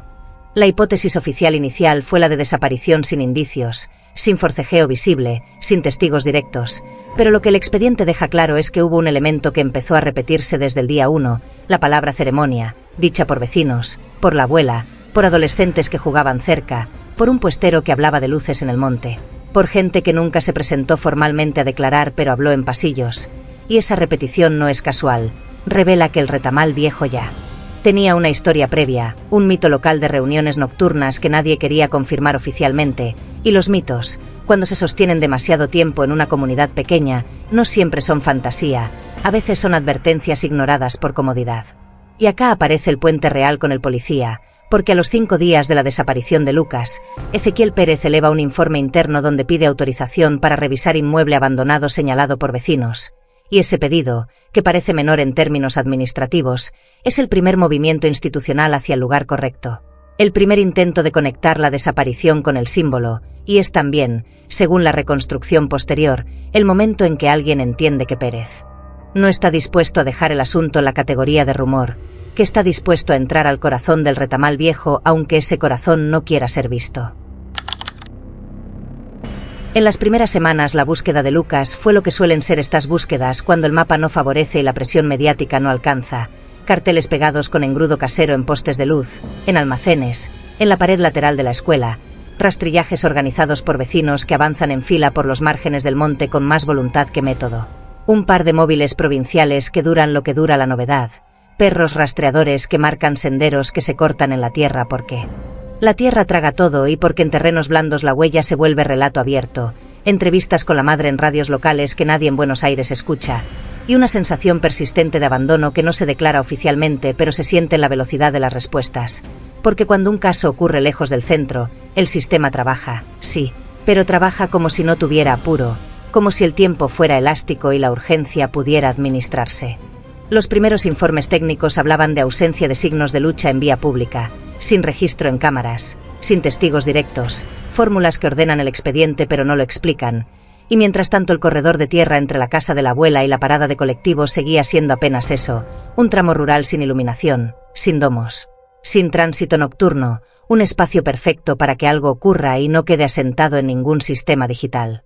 La hipótesis inicial fue simple y cómoda: fuga voluntaria o conflicto juvenil, porque en adolescentes sin estructura familiar sólida esa explicación funciona como atajo narrativo, y los atajos permiten cerrar líneas de trabajo demasiado rápido.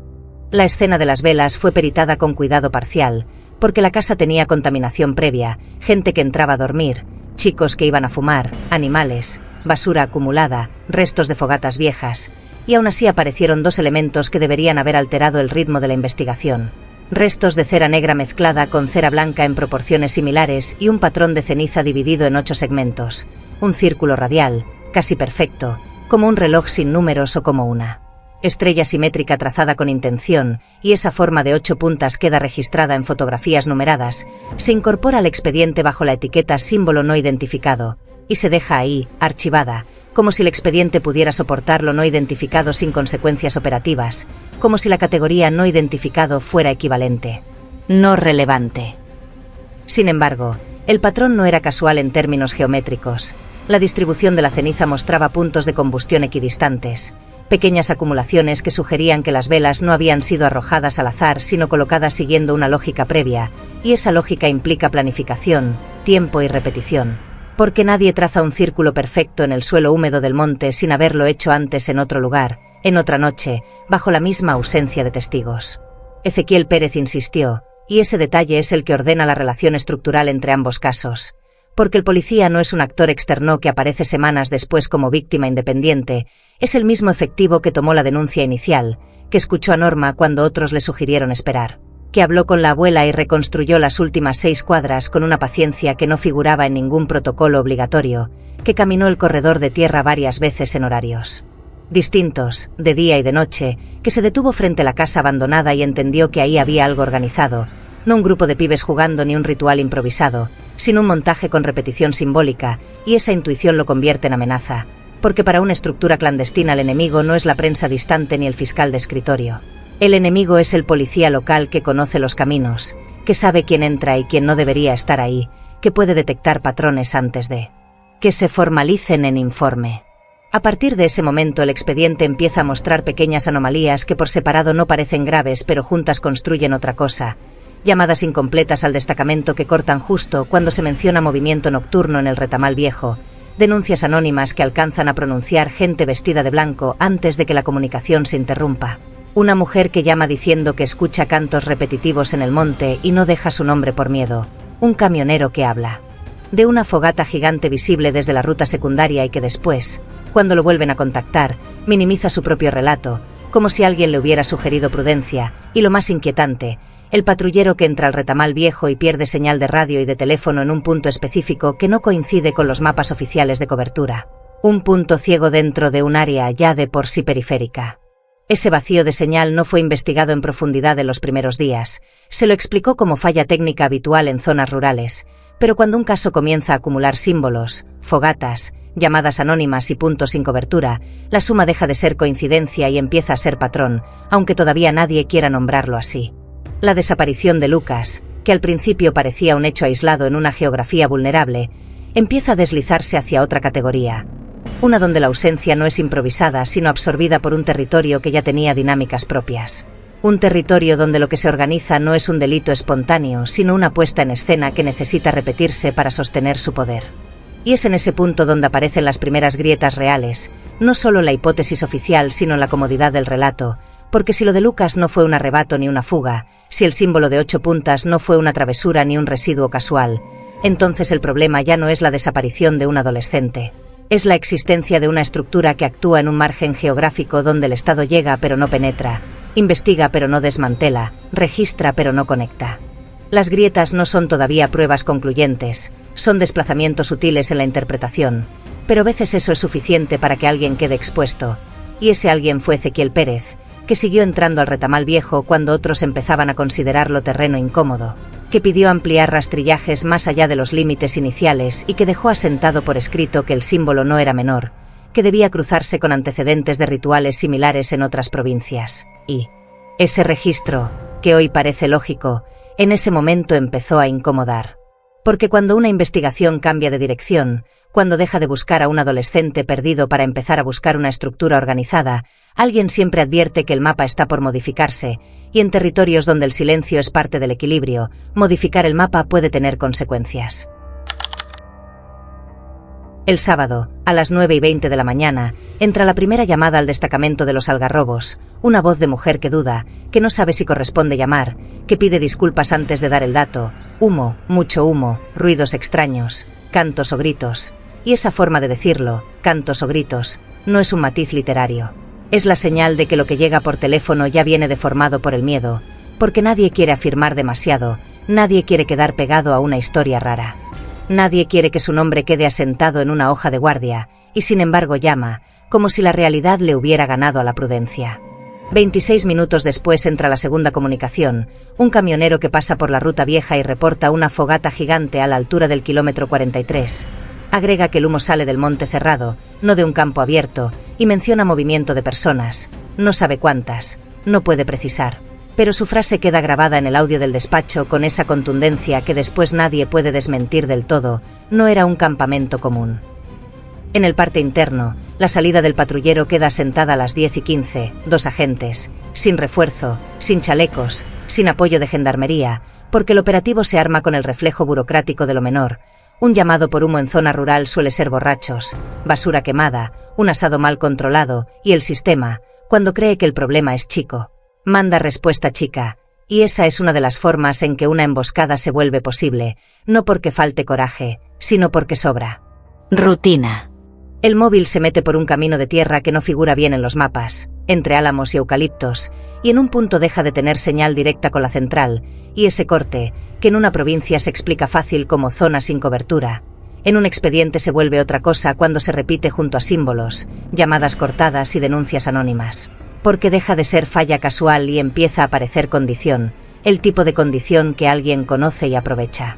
A las 10:40 entra la tercera llamada, disparos, perros heridos, figuras corriendo entre los árboles, y aparece la frase que después se convertirá en un rumor nacional. Iban todos de blanco y llevaban como velas. Y ahí el escenario cambia de categoría, porque una fogata gigante no es igual que disparos. Y un grupo de gente vestida de blanco no se interpreta como picnic, se interpreta como escena. A las 11 en punto, el oficial a cargo eleva aviso por radio interna a la jefatura de zona, móvil no responde, y ese aviso es el instante exacto en que el operativo deja de ser procedimiento y se convierte en crisis, porque cuando un patrullero entra y deja de responder, la institución entiende una sola cosa, adentro ya no hay control. A las 11:22 regresa el primer agente a pie, deshidratado, cubierto de tierra, con sangre seca en la camisa, caminando como quien vuelve de una pelea pero sin poder nombrar contra quién peleó, y lo primero que hace no es contar con orden, lo primero que hace es repetir, como un disco rayado, no era gente normal, no eran campesinos, no sé qué eran. Y esa repetición no es espectáculo, es síntoma, un policía entrenado para violencia común estaba describiendo algo que le desarmó la gramática, porque para decir eran necesitaba una categoría y no la encontró. Lo suben a un vehículo, lo hidratan, le preguntan por su compañero, y el vacío queda dicho sin dramatismo. Ezequiel Pérez no vuelve, no responde, no aparece detrás de los árboles. No sale corriendo cuando la primera patrulla se reorganiza, desaparece en el mismo punto donde el patrullero perdió señal. Como si el corte de comunicación hubiese sido también un corte de destino. Cuando entra la segunda patrulla con refuerzos, la escena ya está parcialmente barrida, como si alguien hubiera tenido tiempo de replegarse, de esconder lo esencial y dejarlo visible, y eso también es parte de un montaje, porque un montaje no busca que no veas nada, busca que veas lo que te quieren mostrar, velas derretidas, restos de madera quemada, trapos blancos colgados de los árboles como banderas silenciosas, marcas en la tierra como si hubieran estado girando en círculo, bailando, arrastrando algo, y en el centro una cruz de hierro clavada al suelo, ennegrecida por el fuego, todavía tibia según un registro posterior, y el patrón, otra vez, el círculo dividido en 8 segmentos, 8 puntas, 8 sectores, siempre 8, y ese número, que podría ser casual cuando aparece una vez, deja de serlo cuando se repite como firma en escenas distintas, en tiempos distintos, en lugares distintos, como si alguien estuviera construyendo una identidad ritual para que el miedo tenga forma. Los medios se abalanzan sobre la palabra secta porque la palabra secta ordena el pánico, le pone un rótulo a lo que no se entiende, y la institución intenta contener con lenguaje administrativo, actividad no autorizada en zona rural, un efectivo herido, otro desaparecido, pero el expediente ya no puede sostener la neutralidad, porque el hecho duro es este. Un policía desapareció en un operativo donde se encontraron símbolos rituales, y eso ya no es rumor de barrio, eso es un caso mayor, un caso que obliga a elegir entre dos cosas, o aceptar que hay una estructura organizada actuando en una zona que el Estado no controla, o inventar una explicación menor para no reconocer el agujero. Y acá viene el hilo clave que cierra todo, porque mientras todos hablan del monte, la desaparición de Lucas queda flotando como un caso paralelo, como si fuera otra historia, y sin embargo, cuando uno mira fechas, entiende lo que el expediente sugiere sin gritarlo, el operativo del Retamal Viejo ocurre en la misma semana en la que Lucas desaparece. Como si el ritual hubiera tenido dos fases, captación y contención, primero un adolescente del barrio, después un policía que se acerca, y el sistema, distraído, los trata como hechos independientes, como si no compartieran fecha, territorio ni símbolo, como si la coincidencia fuera suficiente explicación, como si el expediente pudiera permitirse no conectar lo que se repite, pero no lo eran. La búsqueda de Ezequiel Pérez fue intensa al principio, intensa de la manera en que el Estado sabe serlo cuando uno de los suyos desaparece, helicópteros sobrevolando en círculos amplios que levantaban polvo seco sobre el Retamal Viejo, perros de rastreo traídos desde la capital, gendarmería desplegada en cuadrículas trazadas con GPS, peones rurales revisando senderos que solo ellos conocen, campos linderos, alcantarillas, cuevas naturales, pozos abandonados, galpones cerrados con candados, oxidados, y nada, ni prenda, ni sangre, ni pisada clara, porque el monte, cuando se usa con inteligencia y conocimiento del terreno, puede esconder a un hombre durante semanas sin necesidad de moverlo demasiado, puede cubrirlo con ramas, con tierra suelta, con la misma maleza que crece como defensa natural. Y los informes posteriores indicarían algo todavía más perturbador, que no solo lo escondieron, lo mantuvieron vivo, lo trasladaron, lo alimentaron lo justo, lo conservaron como si formara parte de una secuencia que no podía interrumpirse antes de tiempo. Durante los primeros 5 días el operativo fue casi militar, puestos de control en rutas secundarias, identificación de vehículos utilitarios, drones improvisados que fallaban más de lo que ayudaban, planillas con horarios de rastrillaje y mapas impresos donde los sectores se marcaban con resaltador fluorescente. Pero al mismo tiempo empezaron a aparecer las limitaciones reales. La zona era extensa, irregular, con propiedades privadas que requerían orden judicial para ingreso, con senderos que se bifurcaban sin lógica cartográfica y con un clima que alternaba calor seco durante el día y humedad fría durante la noche, condiciones que borraban huellas y confundían a los perros. El primer testimonio formal del agente sobreviviente se toma el miércoles siguiente, 3 horas de declaración grabada, interrumpida por pausas largas y por frases que no terminan de ordenarse, gente de blanco, algunos con máscaras, otros con el rostro cubierto por telas livianas, piedras arrojadas desde la línea de árboles, fuego en el centro del claro. Cantos que no parecían canciones conocidas, golpe en la cabeza, caída, tierra en la boca, olor a humo mezclado con algo más espeso. Al levantarse su compañero ya no estaba, y esa declaración queda tomada con pinzas en el informe interno por falta de pruebas físicas que respalden cada detalle, pero al mismo tiempo instala algo que no se puede ignorar, que lo que ocurrió no fue una pelea improvisada sino una escena organizada, con roles distribuidos y con un objetivo que no era ahuyentar, sino retener.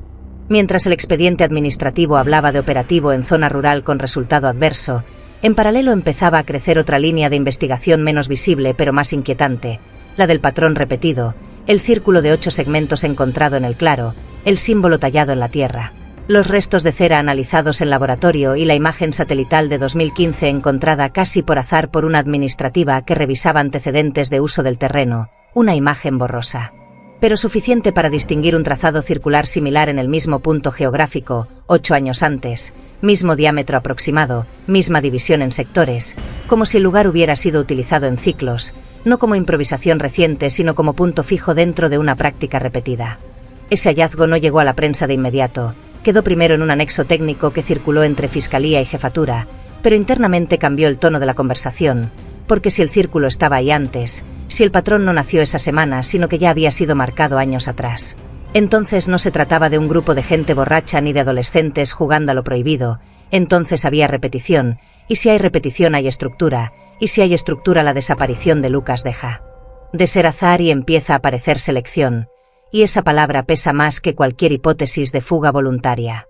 Durante semanas la prensa alimentó teorías con nombres rimbombantes, culto itinerante, gnóstico pagano, orden esotérica rural, mientras los programas de la tarde discutían simbología sin pisar el terreno, y esa exposición mediática tuvo un doble efecto. Por un lado mantuvo el caso visible, por otro volvió más cautelosos a quienes podían saber algo. Porque cuando un grupo actúa desde el margen, la visibilidad no lo asusta, lo obliga a replegarse mejor. En el barrio, mientras tanto, la madre de Lucas seguía pegando carteles con una pregunta que nadie respondía, con el rostro de su hijo ampliado en fotocopias que la lluvia iba borrando, y cada vez que un noticiero hablaba de la secta del monte sin mencionar su nombre, Norma entendía que su hijo estaba siendo absorbido por una narrativa mayor que no lo incluía como prioridad. La familia de Pérez comenzó a vivir el mismo infierno desde el otro lado del mostrador institucional. Reuniones con superiores que prometían no bajar la búsqueda, comunicados oficiales medidos al milímetro, ausencia de detalles concretos para no entorpecer la investigación, y esa hermeticidad, que en términos formales busca proteger el proceso. En términos humanos genera otra cosa, genera sospecha, genera la sensación de que se sabe más de lo que se dice, y el silencio institucional, cuando se prolonga, alimenta la idea de encubrimiento, y el encubrimiento es gasolina para los mitos que ya circulaban en el retamal viejo. Con el paso de los días la intensidad del operativo comenzó a modularse, menos helicópteros, menos móviles externos, más trabajo de escritorio, análisis de registros telefónicos, cruces de antenas, reconstrucción de trayectorias, y ese cambio es casi inevitable en cualquier caso prolongado, pero en un territorio donde el miedo ya estaba instalado. Fue leído como abandono, como si el Estado hubiera aceptado que el monte tenía reglas propias. Mientras tanto, el tiempo corría en una dirección que nadie quería mencionar en voz alta, porque cada día que pasaba reducía la probabilidad de encontrar a Pérez con vida, y sin embargo la autopsia demostraría después que durante más de 2 semanas alguien decidió que debía seguir respirando, que su muerte no sería inmediata, que formaba parte de un proceso con etapas. Y entonces, cuando el desgaste comenzaba a notarse en los rostros y en las conferencias cada vez más breves, cuando la madre de Lucas y la esposa de Pérez compartían sin conocerse el mismo calendario de espera, cuando el símbolo de 8 puntas ya había sido analizado en foros digitales y convertido en teoría sin sustento, llega el hallazgo, no como respuesta ordenada, sino como irrupción brutal que obliga a reescribir todo lo anterior y a aceptar que el tiempo no había sido vacío, había sido preparación. Lo encontraron 22 días después en un lugar que ya se había recorrido, el aljibe seco detrás de la antigua estación transformadora, a 300 metros del retamal viejo, boca ancha cubierta por ramas secas y maleza espinosa. Lo descubre un peón rural limpiando el predio, piensa que es un animal, se acerca, entiende, grita. Y vuelve a ocurrir lo mismo que en los casos grandes: patrullas, cintas, silencio, y una escena que no deja margen para interpretaciones cómodas. El cuerpo estaba desnudo, deshidratado, con signos de inanición, muñecas con marcas compatibles con ataduras, sin cuerdas, cortes pequeños, superficiales, distribuidos con patrón simétrico, y en el centro del pecho, tallado con precisión casi quirúrgica, el símbolo, una estrella de 8 puntas encerrada en un círculo imperfecto. La misma figura que había sido trazada con piedras y ramas en el claro del monte.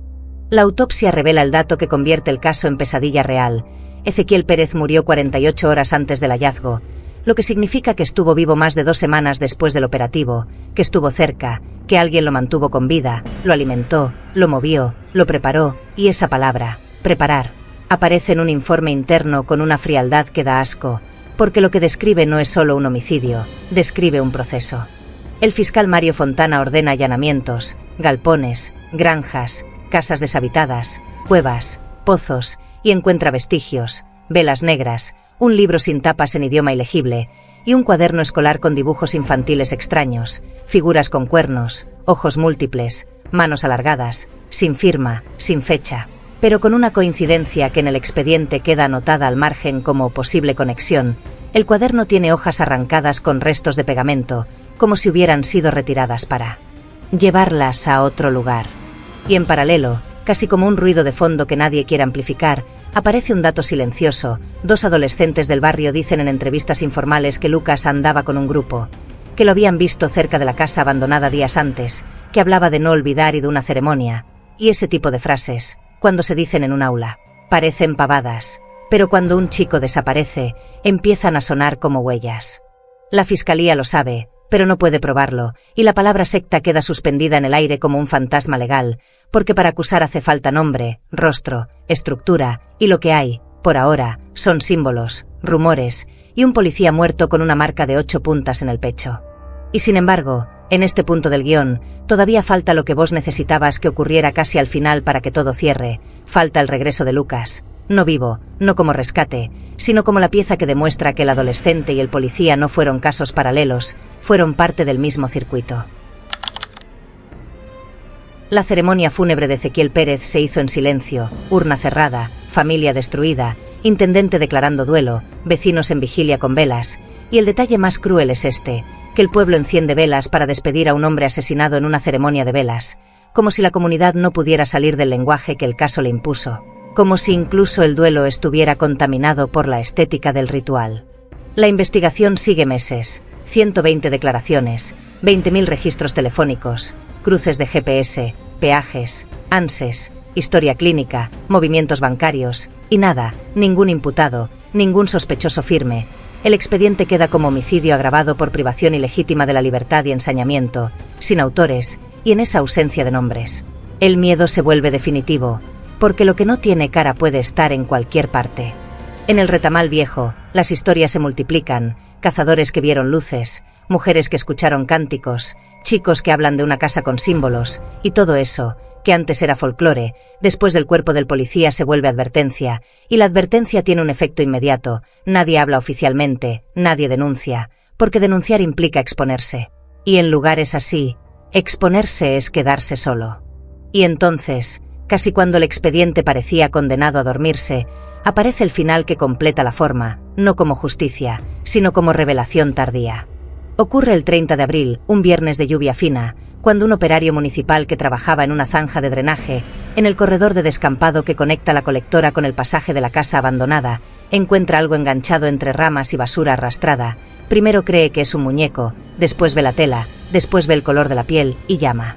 Cuando llega la policía científica, lo que encuentra no es un cuerpo nuevo, encuentra un cuerpo que estuvo ahí escondido de manera torpe pero efectiva, como si alguien lo hubiera dejado donde el agua y el barro pudieran hacer el trabajo de borrado, y el informe forense escribe lo que la madre de Lucas no quería escuchar desde el primer día.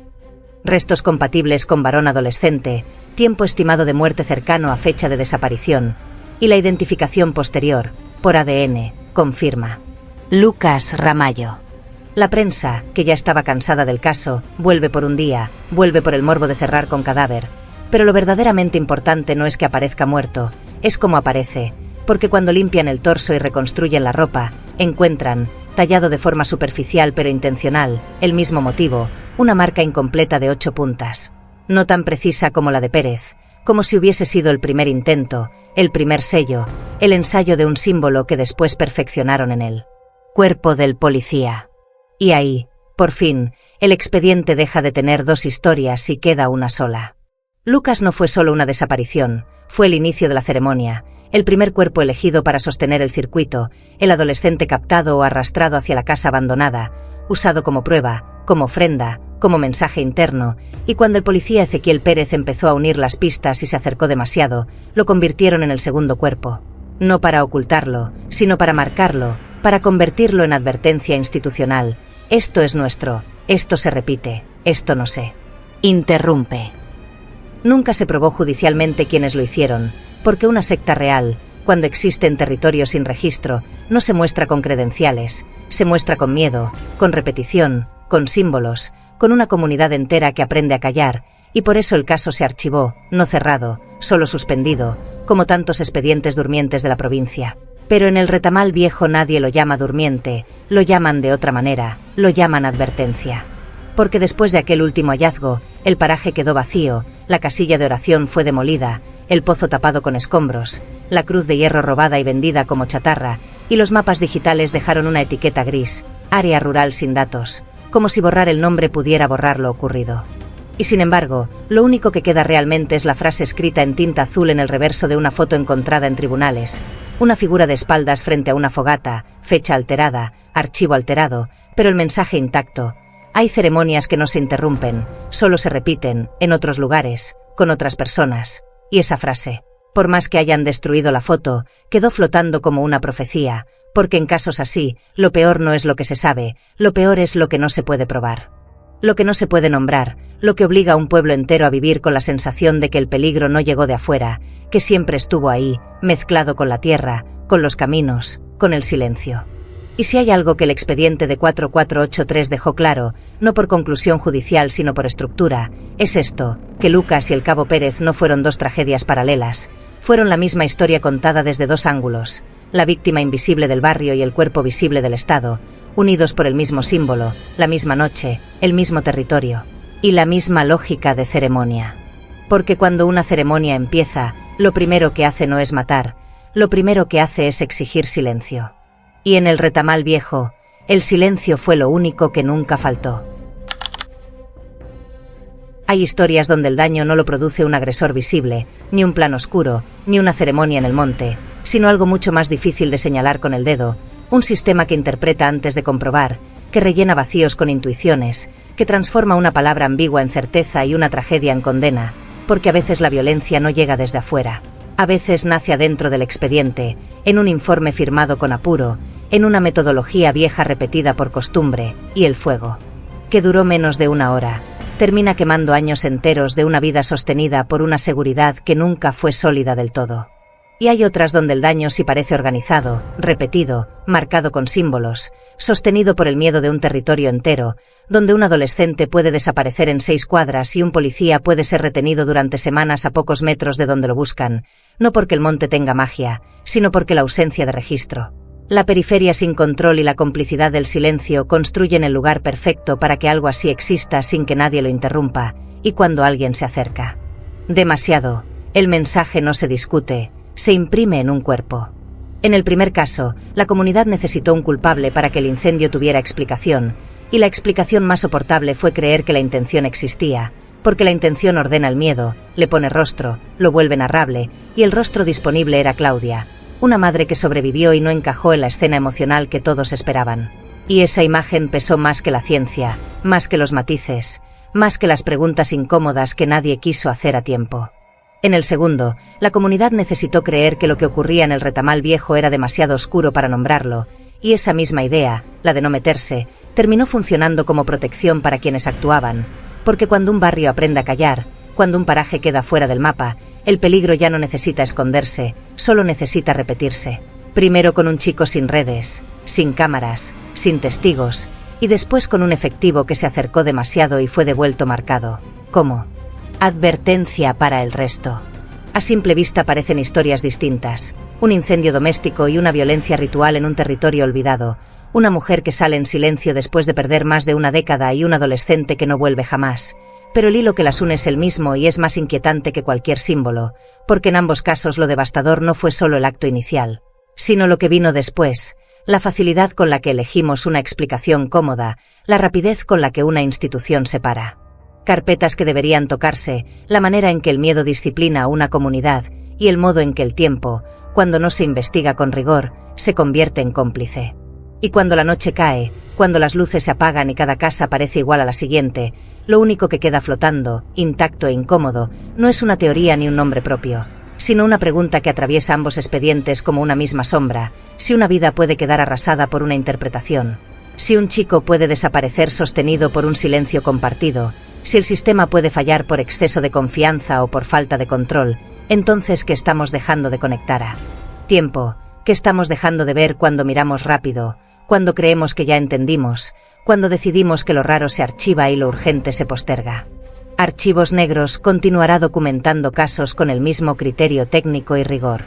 Si el contenido te resulta útil y valoras el análisis documental de cada caso, podés acompañar el proyecto suscribiéndote al canal, para seguir los próximos casos. A quienes ya están desde el inicio, gracias por formar parte de Archivos Negros. Tu apoyo permite que el archivo continúe.